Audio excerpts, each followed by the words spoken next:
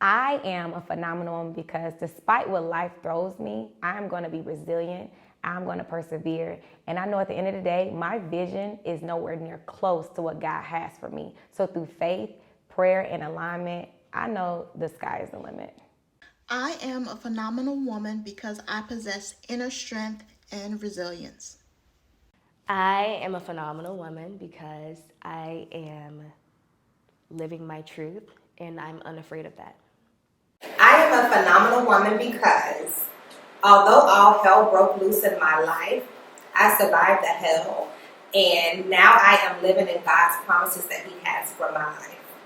I am a phenomenal woman because all the challenges that I faced, things that I endured as a young girl, even an adult woman, God was always there with me. He never left me. He never gave up on me.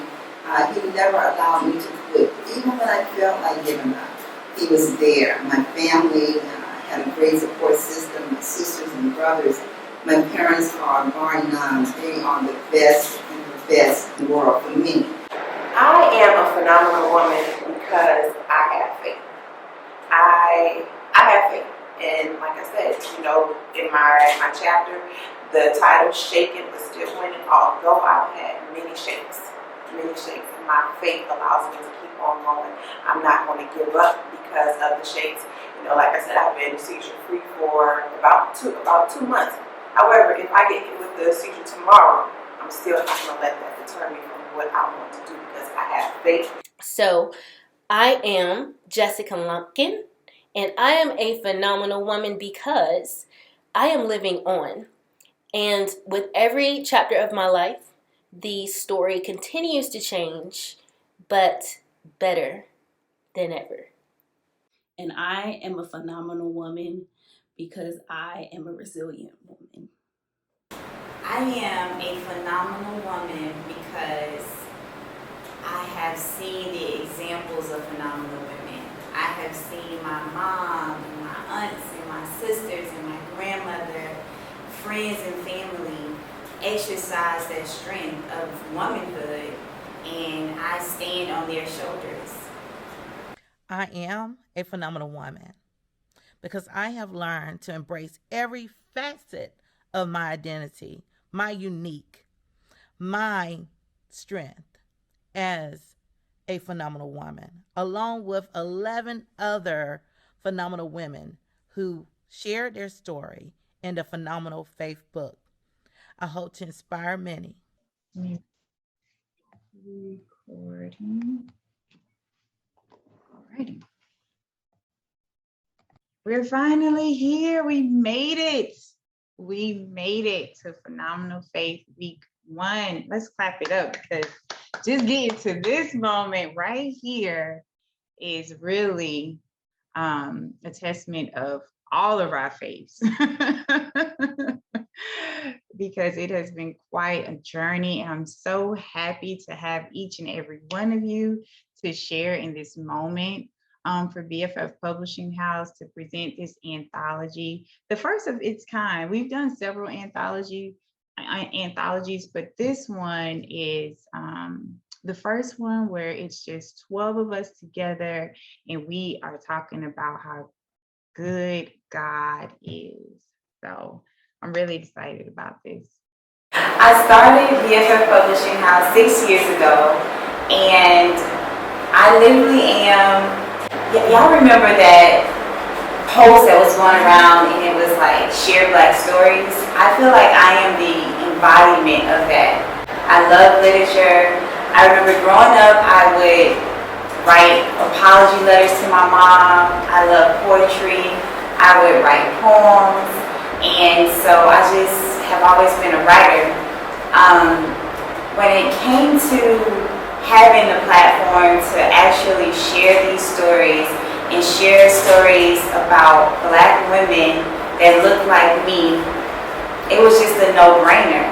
It was definitely a challenge. I think Rielle and I had a conversation. I pitched this to her and I was saying to her, I want to do an anthology with all Black women. And that was a year before we actually got 12 women together. So it was a testament of my faith when I started these phenomenal book series.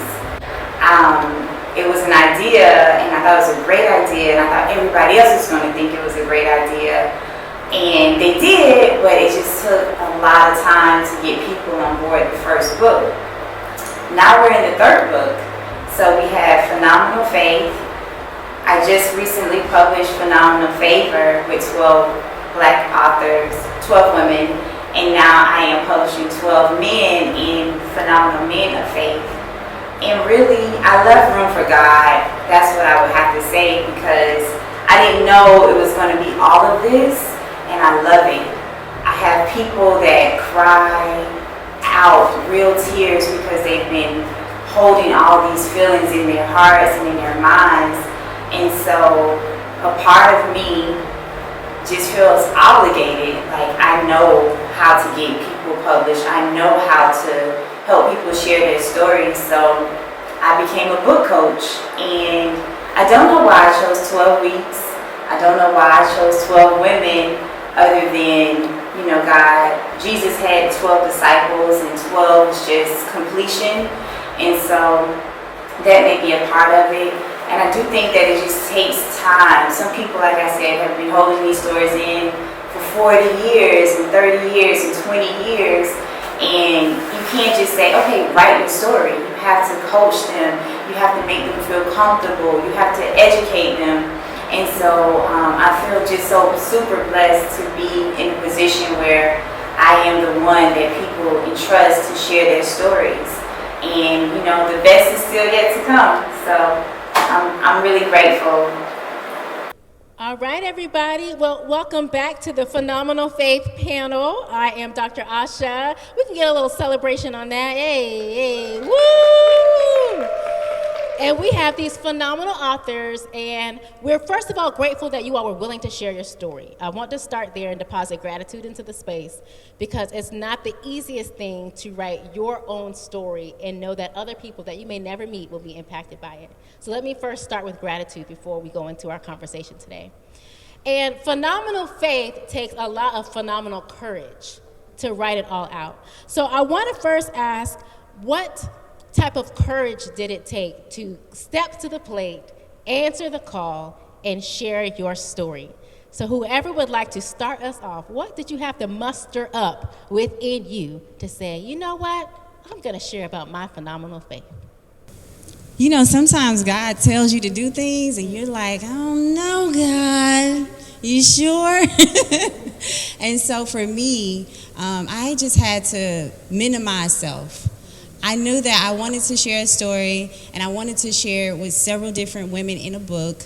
I didn't know where these women were going to come from. I didn't know how this project was going to come together, and it just took for me to step out on faith. It took a very long time to get this project to where it is today.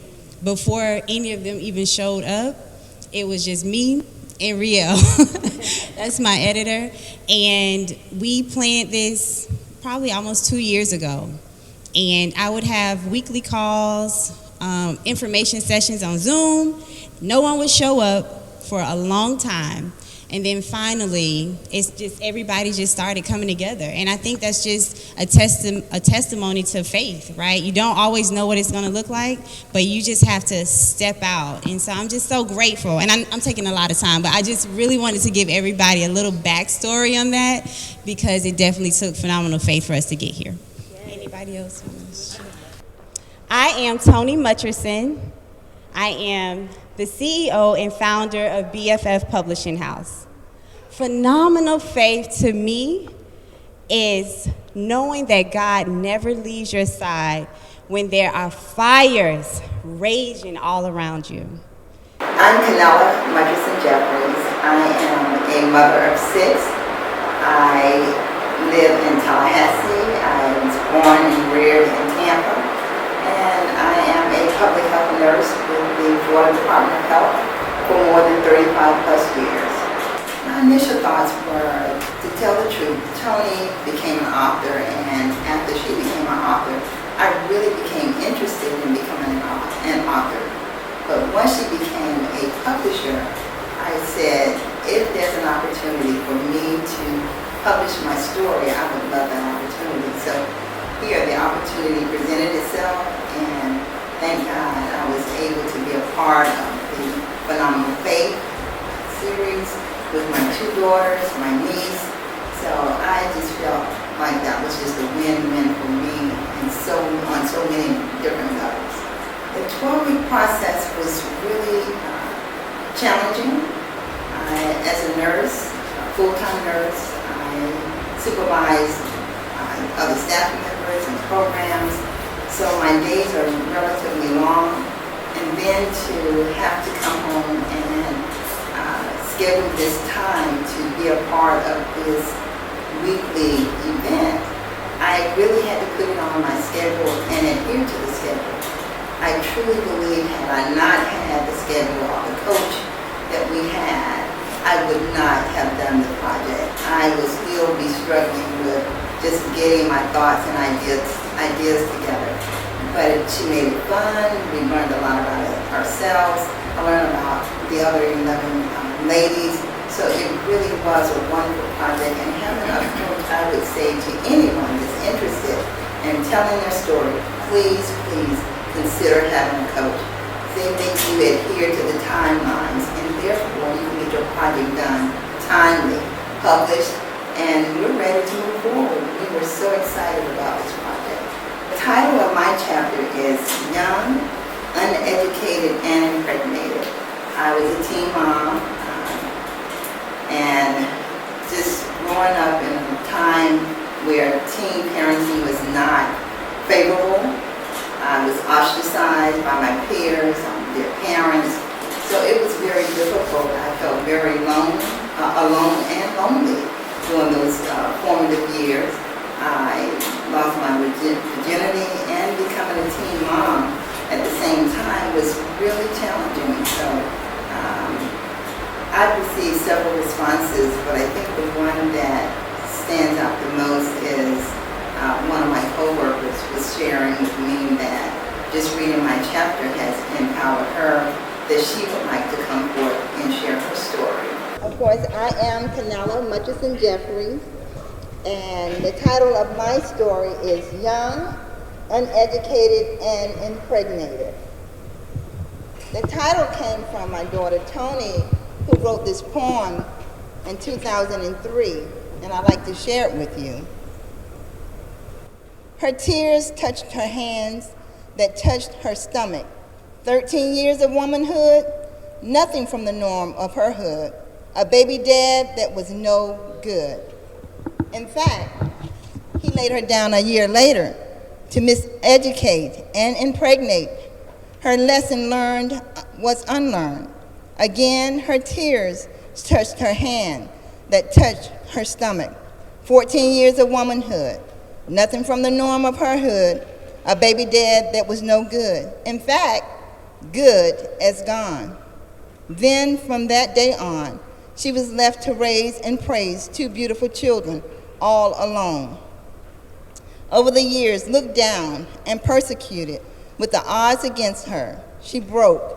Even then, she broke free. Free from the mistakes that took the place of her childhood. Free from the shame that was draped upon her being. Free to be free.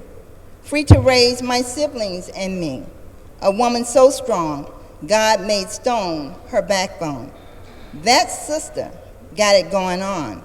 Her tears touched her hands that touched her stomach, that touched my heart.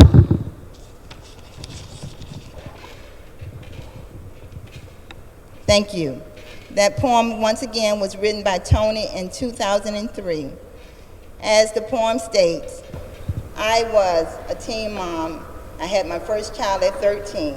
So you can only imagine the shame that came along with that, living in a neighborhood and raising a child. My parents, my father's a preacher, and the preacher kid is pregnant.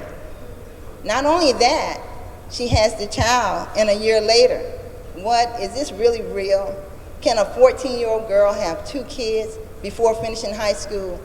Yes. Getting pregnant the very first time I had sex, that was me. Hi guys, I am Lexi Mutcherson and I am very excited to be a part of Phenomenal Faith. I'm excited to share my story. I'm going to talk about a little bit of what I'm going to write about, and I'm going to try to do it before my daughter wakes up. This is Lotus, and she is somewhat of a light sleeper, so let me try to get this out the way. Okay, I've decided to write about being a single mom. When I was 26, I had my first daughter. Her name is Logan, and although I went to college, graduated, I still found myself in a pretty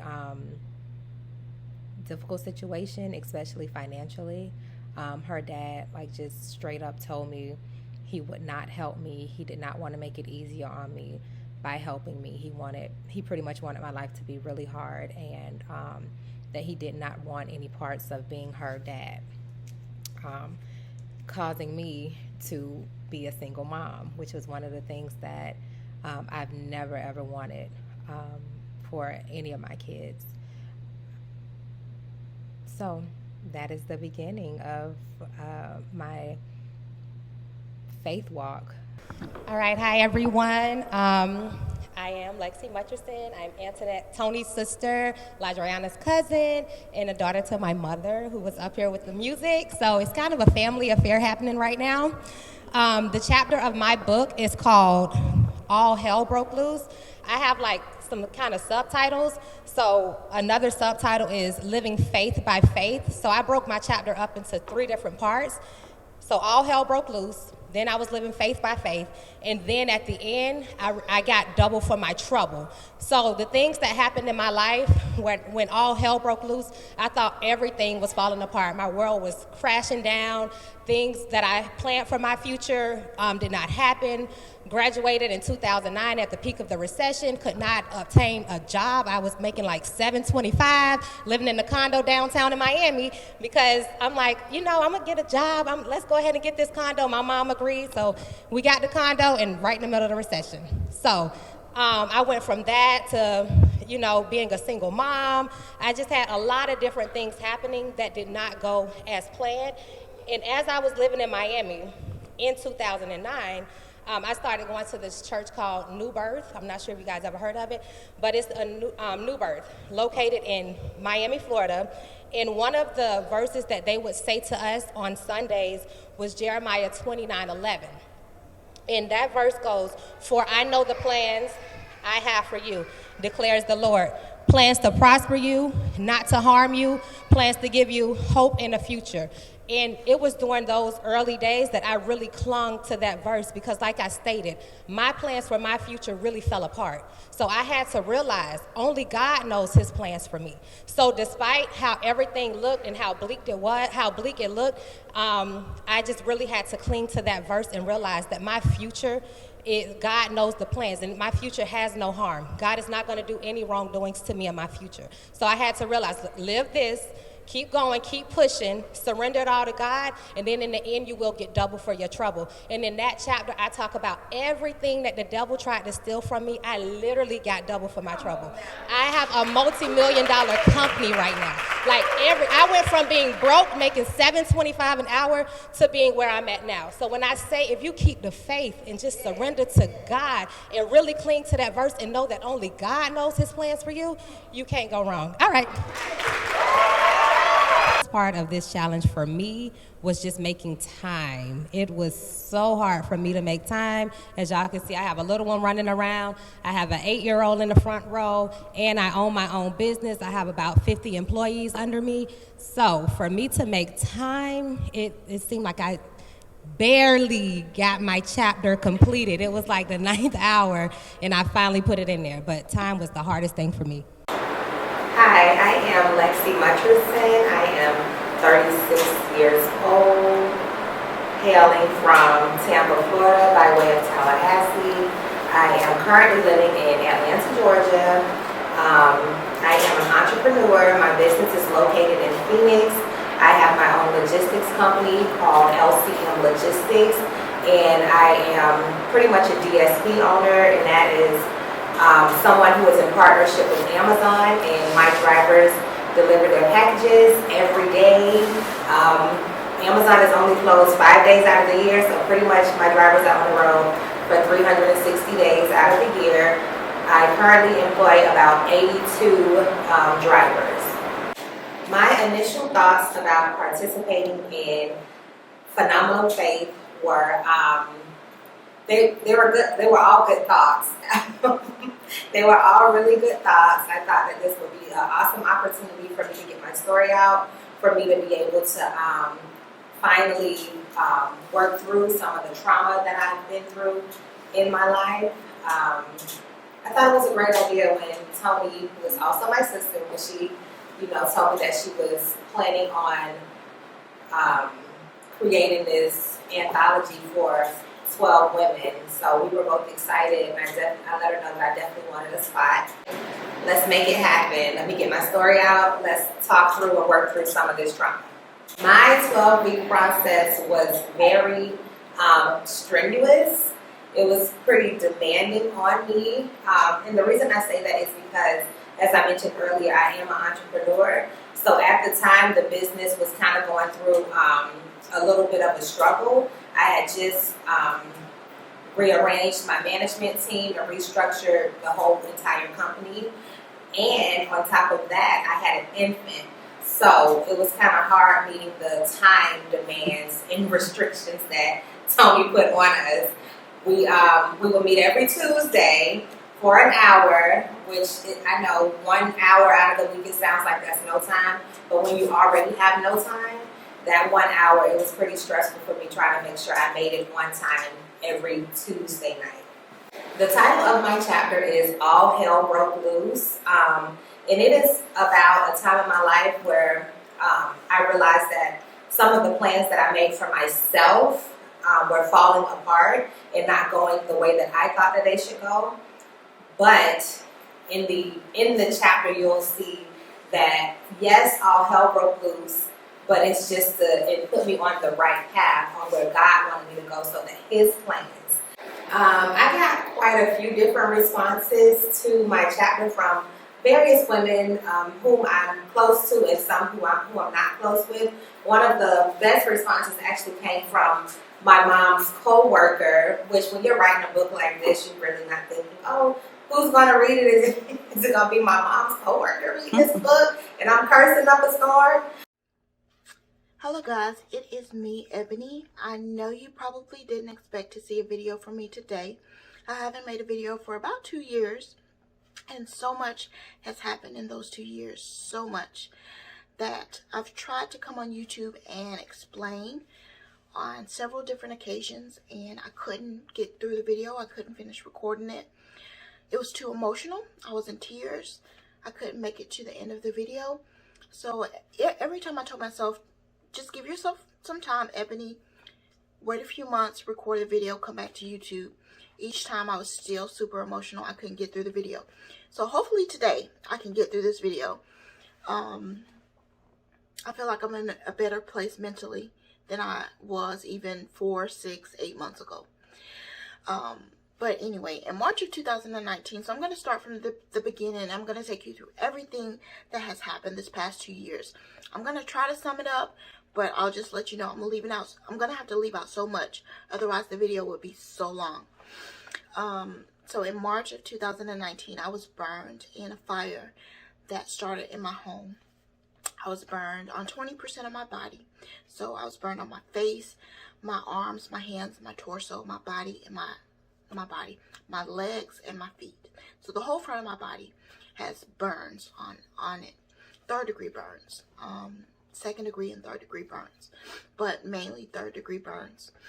And so after the accident, I was admitted into the hospital where they took skin from my back. So all of my back, they took the skin from my back, the back of my thighs, one of my calves, and the side of my stomach. They took that skin and then they grafted that skin on top of the burn areas. So not only do I have burns on the front side of my body, but I have scars all down the back of my body, my back, my legs, so pretty much I'm scarred everywhere. It's been a very, very traumatic experience. Hello, my name is Ebony Deborah. I am 40 years old. I was born and raised in Montgomery, Alabama, but I currently reside in Texas. I'm a business analyst and also an entrepreneur. My initial thoughts about Phenomenal Faith, the project, is that it was such an amazing concept. I love the positivity of the idea of getting multiple women together in one book, telling their stories of how they overcame something difficult. Initially, when I heard Tony speak about it and I kind of read the details about the project, I was so drawn to it. I immediately knew that I wanted to be a part of it. The 12-week process was so fun. Meeting with the ladies week after week, we kind of built like a sisterhood. We got to learn about a little bit about each other's lives, a little bit about each other's stories. I looked forward to having our weekly meetings every week. It was a very organized 12-week process. We had deadlines that we had to meet, which could be a little bit stressful when you're trying to balance your personal life along with this project, but it definitely helped to be in a group setting where all the ladies were working towards the same goal and we had an end result in mind, and it was just a really fun project to be a part of. I think the most fun was actually when we got to the end and we could see all of our work coming together in a final product. That was a great feeling, and the book launch was amazing. The title of my chapter is Immense Pain Leads to Inspiring Purpose. I talk about my experience becoming a burn survivor 5 years ago and how I overcame the pain and the physical issues of becoming a burn survivor, but also the greatest part of that whole situation was the mental challenges that I had to overcome, and how I had certain people, certain situations that I knew that God orchestrated himself to help me get past that challenge. I had certain people and situations put into place that really helped me get from the point where I got burned, where I felt hopeless, to the point where I was at the time when I wrote the book. So, yeah, immense pain leads to inspiring purpose. So basically, the issue or the challenge I had with becoming a burn survivor gave me a purpose to help others, and I talk about that in the chapter. I got a lot of positive feedback about my chapter, and it made me feel so good. First of all, it made me feel so good. A lot of positive feedback, but I think the best feedback came from a really close friend who knew about the situation that I went through with becoming a burn survivor, but never had I shared with anybody those private details that I shared in the chapter. So I got a lot of feedback of, wow, I didn't know you went through I didn't know you went through it to the level that you described in the book. And I'm just so inspired by your ability to overcome that and your resilience. And I feel like I can do almost anything because I see it can be done by others. So I got a lot of positive feedback about my chapter, but then I also got a lot of positive feedback about the book as a whole. And once again, that just made me feel really good. People, like, therapy is just like maintenance. It's emotional maintenance. And if we treat our mental and emotional health like we do our cars, we have to put gas in it, no matter how expensive it is. We have to change the oil, we have to change the transmission, and we got to get, our brake pads, we got to get tune-ups every now and then. And so that's why therapy, once integrated into your life, then you can kind of cruise for a while. Then you can say, okay, well, I'm gonna step down, I'm doing good. I don't need to go every week. I need to go every 2 weeks. Or I might want to check in once a month. I have some people that check in with me once a month. Some people that say, I'm good. Can I call and get it on your schedule whenever? And those are tune-ups. And then based on that tune-up, then you can decide, well, this is good. And your frequency might change or whatever. But if people realize that mental health is just as crucial as taking care of the car that gets you to and from the important places in life so that you can function and pay your bills and do things, the mind is the same. And so the title of my book, God's Pruning, is because pruning removes the dead and dying branches and stubs, allowing room for new growth and protecting your property and passerby from damage. It also deters the pest and animal infestation and promotes the plant's natural shape and healthy growth. And because I know that I am destined for greatness, I am in the process of pruning, and that is why I am doing my first pruning with you guys. Thank you. My name is Twain Fadine, and the title of my chapter is I Am Tomi. Tomi means enough. It is short for Oluwatomi, which means God is enough. See, at 24, I didn't know that. I just knew Tommy enough. But I did not know Alua told me God was enough. So I had to go through some things. Nothing mattered in life, my furniture, my car, my house, my friends. Nothing mattered but my soul. Because once you leave this earth, that's it. Hi, my name is Toyin Fadina. I am an educator and community leader. For over 15 years, I have had the privilege of supporting parents and their children. Today, I live life freely as an author, speaker, and coach. So when I first heard about this project, I was incredibly excited about it. I felt honored to be a part of such an amazing opportunity. The concept of phenomenal faith resonated with my soul. I felt so proud to be able to share my story about my strength, my resilience, and how I climbed my second mountain at life. This project was transformational. Anytime you do any writing, it's going to take you through a self-discovery journey. Hello, my name is Ashley Ann Williams. I am 38 years old, born in San Francisco, California, raised in New Orleans, Louisiana, and I now reside in Atlanta, Georgia. I'm a realtor here in Atlanta. My brand is Realtor in Converse because you will always see me working in a pair of Converse. And yes, like I said, I'm a realtor. I enjoy helping the people of the metropolitan Atlanta area achieve their goals of home ownership. My initial thoughts about the project is beautiful. Beautiful project. Coming together, collaborating with other women to tell our stories. We each had individual stories. And just the fact that we all collaborated for the 12 weeks to come together and present what we presented, it was a beautiful experience and a beautiful project. The title of my chapter is Shaken But Still Winning. And the reason that my chapter is entitled Shaken But Still Winning is because I've had to deal with a lot of shakes in life. I battle with epilepsy, and thankfully I've been seizure-free for about the past 2 months, but still I've had to shake, whether it be physically, mentally, emotionally. I've been shaken. However, I'm still winning. I would not let any shakes stop me from going forward and doing what I want to do in life, achieving the goals that I have for my family. So shaken, but still winning. Hello, everyone. As Tony has said, my name is Ashley Ann Williams. The title of my chapter is Shaken, but Still Winning. And that is because I battle with epilepsy, seizures. Where did they come from?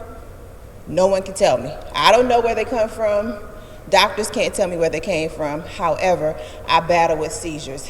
I've never claimed the seizures. When someone asks me about seizures, I don't say I have epilepsy. I don't have seizures. I battle with them, and this is a battle that I'm going to win with God's grace. Hi, my name is Ladriana Johnson. I am a Tampa, Florida native.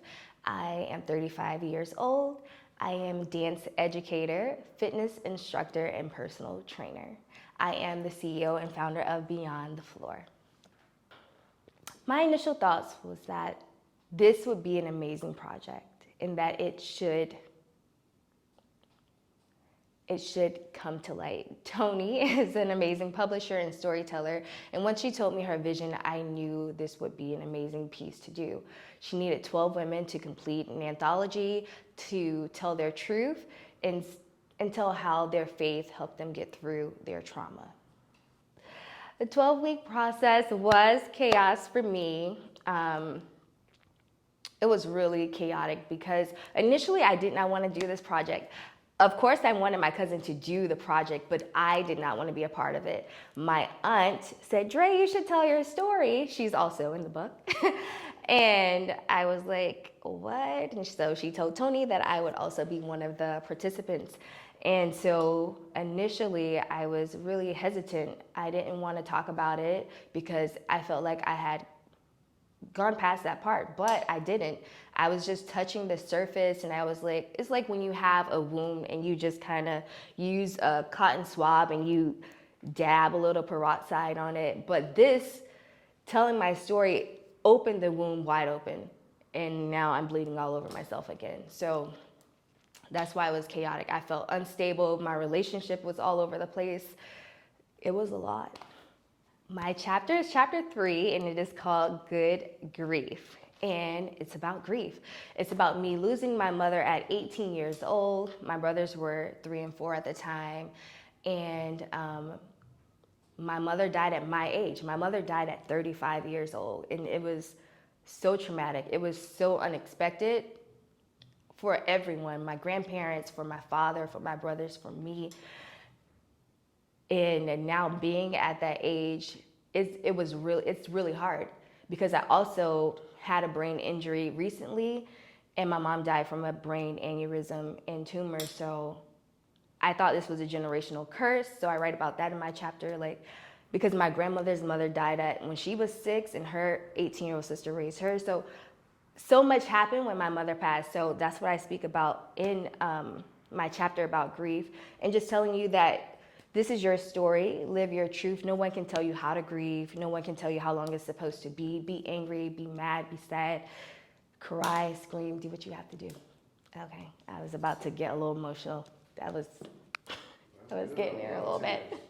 Everyone loves this book. And everyone feels, well, a lot of people have told me that we should make this book a movie, and that people need to hear the stories that are in here. And so this is the first part. We are starting the documentary, and it will be a movie soon, so you stay tuned. And also grab the book. I can do this. Grab the book, read our chapters, and I know you can relate to this. If you're going through some type of trauma, sometimes we go through it in fragments. If you need help, this book can help you through your trauma. You can see that you're not alone, you're not by yourself. And I want to leave you with this. Enlighten what is dark in you. Mend what is broken in you.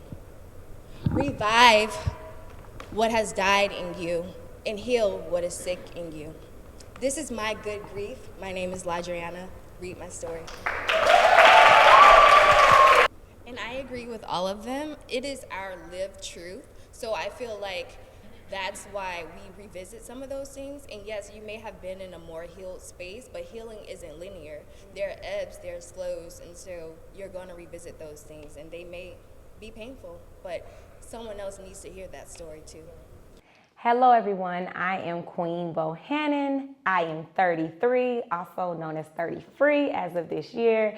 And I am originally from Milwaukee, Wisconsin, so definitely not a Georgia peach, but I am a Midwesterner all day. And I am a health and fitness coach as well as a corporate wellness consultant. I am the CEO and founder of Warrior Queen Be Fit, located here in Atlanta, where I do online fitness coaching, women empowerment boot camps, as well as developing corporate wellness consulting programs for corporate companies.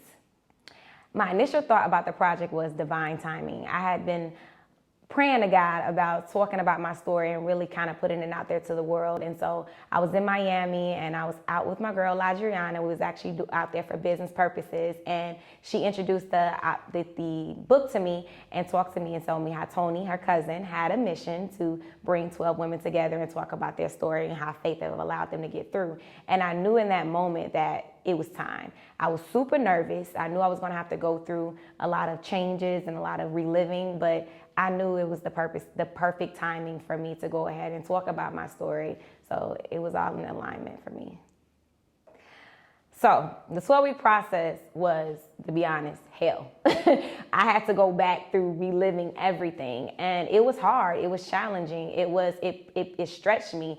In this moment of me starting to relive everything, that is when life really started happening. And if you know anything about sharing your truth, that is when the enemy is going to throw everything your way. So life started lifing. Everything that could have happened started happening. I was tested. I was pushed. I was just stretched. And I wanted to give up, to be honest. So if it wasn't for the other 11 amazing Black women that was also became my sisters that helped motivate me and keep pushing, I wouldn't have finished. And we really helped each other get through. But I'm not going to lie, it was a challenge. But by the end, I felt like I accomplished one of the biggest accomplishments I really wanted to do in my life, which was start telling my truth. And this was the beginning of me becoming an author. So my chapter is chapter 6, a victim turned warrior queen. So my chapter is about, one, me having a teenage mother and going through sexual trauma as a young child and my innocence being snatched. And then also with that, what came with that. So that developed my depression, that made my anxiety start, which then went into triggering me becoming suicidal and actually attempting to take my own life. And I lived in darkness and I hid so much for so long that it became my norm. And so how was I able to become not just a victim, but now a survivor? So I went through the journey of where I was and how I went through these processes of developing all these mental health issues, but then coming out of that and not being ashamed to talk about my truth and talk about my story, and then shifting career paths from going from the legal industry and then going into straight entrepreneurship, but it all aligned perfectly. And also just giving people the motivation, women the motivation to know that you're not a victim. You are a survivor and you are a warrior queen. And every woman has a warrior in her, but we don't have to just be strong and resilient. We also can thrive. So that warrior queen, stand on your throne, keep your crown held high, and just know that you're going to get through it. And I motivate you and I go through that journey of my chapter and how I was able to go from a victim turned warrior queen. I received so many positive responses about the book, but one of the main key components that everyone has said is every woman needs to have this book.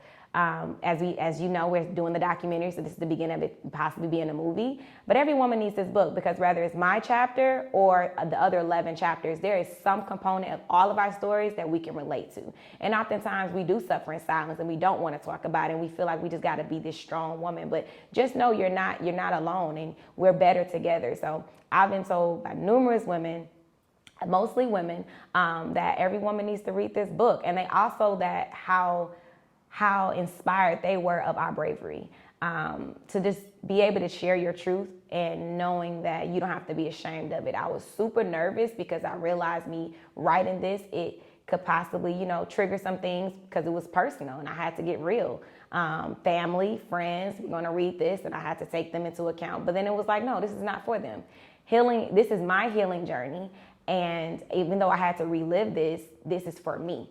And for whatever I have to do is going to inspire someone else. So I had to put everybody else to the wayside and realize that I wasn't doing this for them. I was doing this for me. And no matter if they took it to heart or not, it's my truth. So, yeah. So how I survived that and the journey of being suicidal and attempting to commit suicide, as well as growing up with a teenage mother. My mother was pregnant with me at the age of 14, had me at 15, and had 3 kids before she was 20. So that journey of just growing up and having to figure out life in a very complex situation. And then it's going to also segue into my journey of grief of when I lost my grandmother just short of 3 years ago, who was the actual matriarch of my family. A warrior queen is a woman who keeps her crown held high, takes the stones that were thrown at her, and uses them as strength to build the foundation of her life. She allows herself to feel her emotions, never running from her truth. Yet she faces everything head on and seeks not to be viewed as a victim, but as a survivor on a constant journey to thrive and shine. Sometimes when you incur wounds, no matter whether it's physical or it impacts your psyche, your conscious, or your emotional well-being, it leaves scars. Now, if you were to tear your ACL, you would go and see a physical therapist after you've had surgery, and they would work it until it recovers, and then you can be back to normal. Sometimes you have to do the same thing with your own emotional wounds. So when it comes to my chapter, I look back at my childhood and my formative years, some of the things that I've endured, and some of the terrible coping mechanisms I also developed. Because of those coping mechanisms, different layers of scar tissue developed. It started preventing me from moving forward in my life with help, resilience,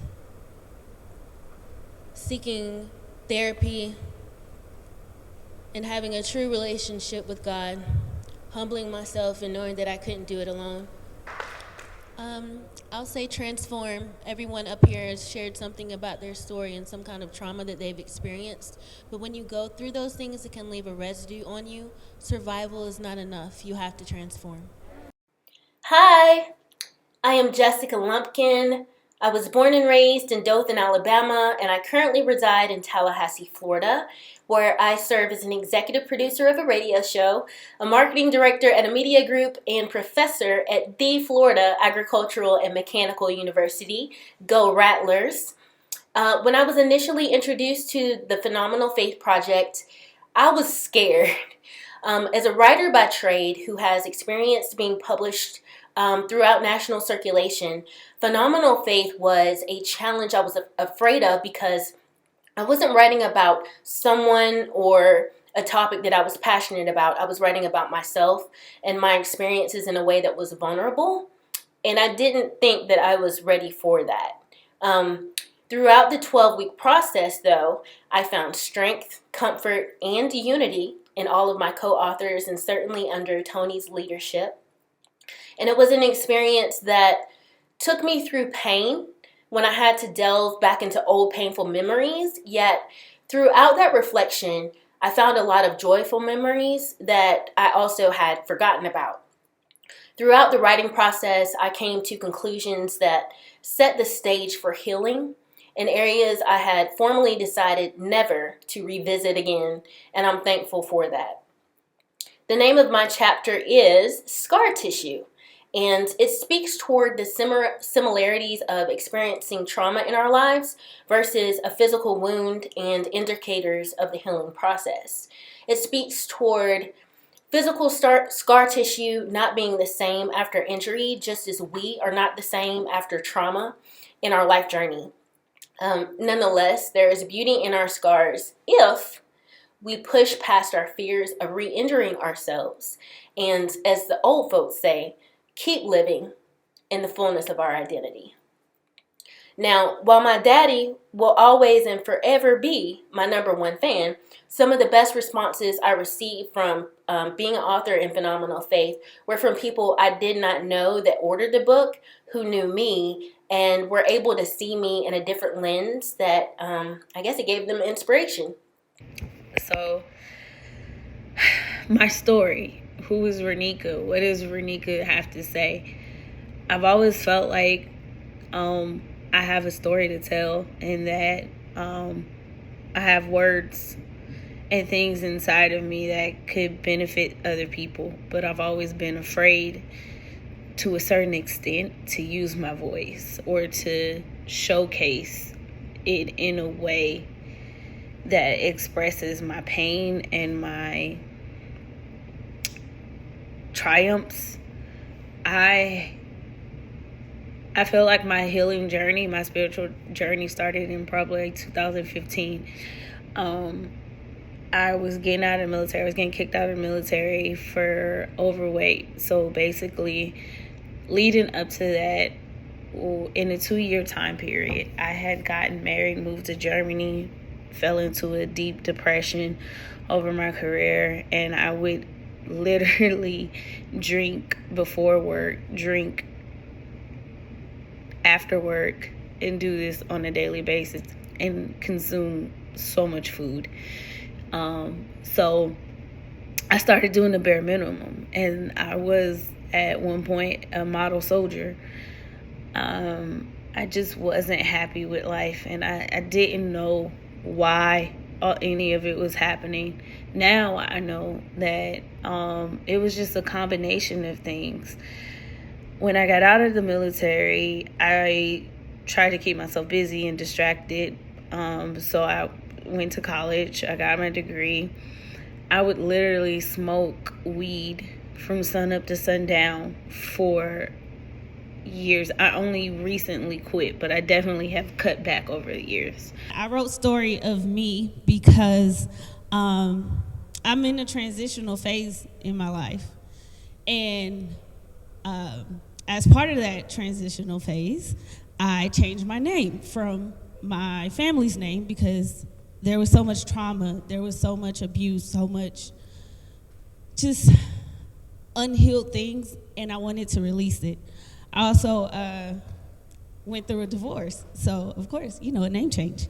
But Rashawn is my middle name, but it also is my introduction to the world. My story is my introduction of who I am. I learned who I am this year. Last year, I lost my brother. He was pretty much like my soulmate. And in the middle of it, going through divorce and also dealing with the trauma of being sexually abused by a family member. So I thought, well, what better way to get my story out? Because sometimes everyone saw me as just a strong person, and they never saw me break down. They never knew that I even had the experiences that I had. So I wanted to tell my story from a sense that I battle with mental health issues, with suicidal ideations, and I have since a teenager, and that I deal with codependency as a result of some of the experiences I had in my life. But something that saved my life was going to CODA, which is Codependence Anonymous. And not a lot of people have ever heard of it. So I wanted to take the opportunity to share that. And so if people are struggling with connections with others, whether it's trusting yourself, trusting them, there's a place where you can find the tools to help you find the light in you. I spent so much time in the dark. I wanted to find my light, and last year I found my light. This year, right in the story, I found my light. How many people watch P-Valley? Okay, cool. So my favorite line is from Little Murder on the last episode, where he tells Uncle Clifford, he wrote that someone got a tattoo, and it was, "May the light find you in the darkest of your shadows." So whenever you're going through something and it may seem really dark in that tunnel, trust and believe, even if it's a slither of light, just hold on to it, cling to it, and I guarantee you more light is gonna shine in. So thank y'all. Much love. Hi, my name is Renika Rashawn. I'm 37 years old and born in Los Angeles, California, and I currently live in Tallahassee, Florida. I am a massage therapist and esthetician. I'm the owner of Ruby Moon Wellness, and we serve the Tallahassee community. Initially, when I heard about the project, it sparked an interest in me, and I signed my name for more information. I was still hesitant, not sure, straddling fence. I was like, I don't have a story. I don't know what to talk about. And Tony called at the end of the weekend and we chatted, and she made me feel safe and comfortable. And so at the end of that call, I agreed to be a part of the project. And during that 12 weeks, being able to create such a vulnerable and safe place with women who started off as strangers and now are forever connected with me is powerful, and a testimony to everything that transpired in 12 weeks as far as us opening ourselves up, sharing parts of ourselves. And for me, during that 12 weeks, I struggled, and I not only needed a safe place, but I needed accountability, because there were some days I couldn't find the words. There were days I didn't want to, because I wasn't sure if my story mattered. And I realized that was fear and imposter syndrome kicking in. So I was able to combat that. And I know it mainly was because I wasn't alone, and there were other people cheering me on and also counting on me to do my part to create this magic that is phenomenal faith. And so at the end of that was the story of me, which was a story where I shared my childhood sexual abuse. And I shared it because it's a topic that people don't necessarily like talking about, but it's something that is pretty common in our communities. So I thought that if opening up about my story, it would lead other people to doing the same. And then maybe we can talk about it, because we can heal the things that we reveal. And one of the positive memories of sharing this in the book was people that have known me forever, and even in that time period, really getting to understand like some of my behaviors. And that was amazing to like really share with somebody. And I am a phenomenal woman because I am a resilient woman. And things just turned really bad. So I ended up being the only Black person on the team. And I definitely experienced microaggressions, which I learned that terminology after researching the hashtag Black Women at Work. And so she told me about this book called Working While Black, and that somehow led to me researching the hashtag like Black Women at Work. And I just realized that the experience I was having was not special to me. I'm Charles Williams, originally from Miami, Florida. I'm currently in Tallahassee and will soon be in York, Pennsylvania. My favorite Bible verse is Proverbs 3:5, and it's trust in the Lord with all your heart and lean not on your own understanding. And this is my favorite verse because it also reminds me of one of my favorite quotes, which is everything is happening as it should. And so to me, that just means whether we fully grasp like why things are happening in our lives, everything is happening ultimately for our good. And we just have to trust that, you know, God is leading us down the right road. All right, week 12, we are here. This is, so yes, on Saturday, yeah, me and my boyfriend, we went to Stone Mountain and we climbed the mountain. I have not done that in 10 years. The last time I did it, literally, Jet was a baby and I carried her up the mountain with my mom and Dreana. And I carried her all the way up and all the way down. So it'd been 10 years since I did that mountain. And I know you've heard about people climbing mountains and how it gets really, really rough right before you get to the top of it. It's just kind of hard. It's a incline. You've been doing it for a while. You might become tired. And I just thought that this was a very appropriate metaphor for where we are right now with continuing our writing journey. Like we're literally almost to the mountaintop. We're getting this book published and out to the masses. And right now it's just crunch time. If no matter if you have 0 pages or 20 plus pages, you got to still see it through. That means you have to still go through the editing process. You're going to have to reread your chapter over and over again if you're already at that point, taking stuff out, cleaning it up, collaborating with Riel, getting feedback, and just making it as tight as possible. And then if you're not there, if you're on page 0, you're gonna have to start from 0 and get all the way to the mountaintop. And that's gonna mean sacrificing time, sacrificing anything that is not a necessity right now, because time is of the essence for us to get this done.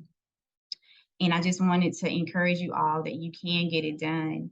I don't know how many of y'all seen Birdcage, and I think it was maybe like 2019 or something it came out. But at the end of the movie, when Sandra Bullock was right there almost at like the safe house, things started going really crazy for her. And she had 2 little ones with her, and she was just trying to get to this safe house. She started hallucinating. The kids started hallucinating. Everything was just kind of going wild, and it did not look like they were going to make it. Bird Box. Thank you, Lexi. Bird Box. And so she, in a moment, looked like she was defeated, but she pulled herself together. She got out of her feelings and she persevered. She found the kids and they made it into the safe house. But right before it, it was like everything fell apart. And that's how sometimes life circumstances look. It looks like it's too hard. I'm really close, but I don't know if I'm close enough. I don't know if I have the endurance. And I'm here to tell you that you do. You have it. You can do it. You're enough. And we can power through this together. Phenomenal woman, that's me. Phenomenal woman, that's me. Phenomenal woman, yes, that's me. Phenomenal woman, that's me. Phenomenal girl, that's me. I am a phenomenal girl. Phenomenal woman, that's me. I am proud of each and every one of you. Thank you all again for attending this very special celebration. We are 5 years strong. We are 5 years strong in publishing. And I want to continue to share Black stories. I love you all.